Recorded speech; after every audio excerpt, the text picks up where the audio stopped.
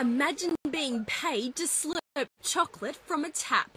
Looks like Paul Seymour was enjoying himself a little too much for a day job. Yeah, by far the tastiest chocolate I've ever had. This is job number 45 for Paul this year.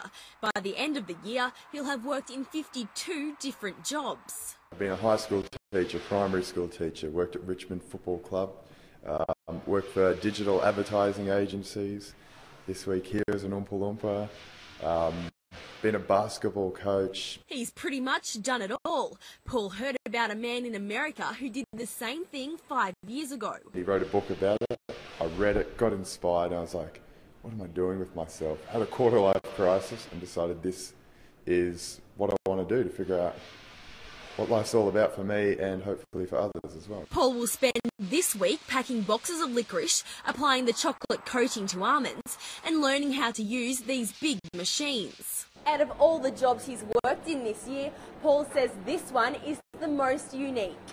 Before taking on the one-week job challenge, the 25-year-old travelled around a lot and worked in the hospitality industry.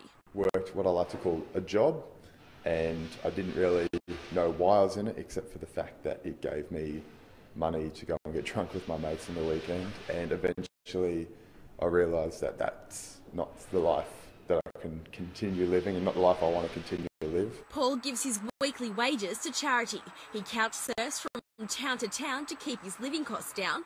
An employment website is providing enough sponsorship to pay for basics like food and toiletries. You've got to make sure that the seams at the back. He still hasn't worked out what he wants to be in life, but Paul hopes by job number 52 he'll have at least a bit of an idea. In Junee, Hannah Maguire, Prime 7 News.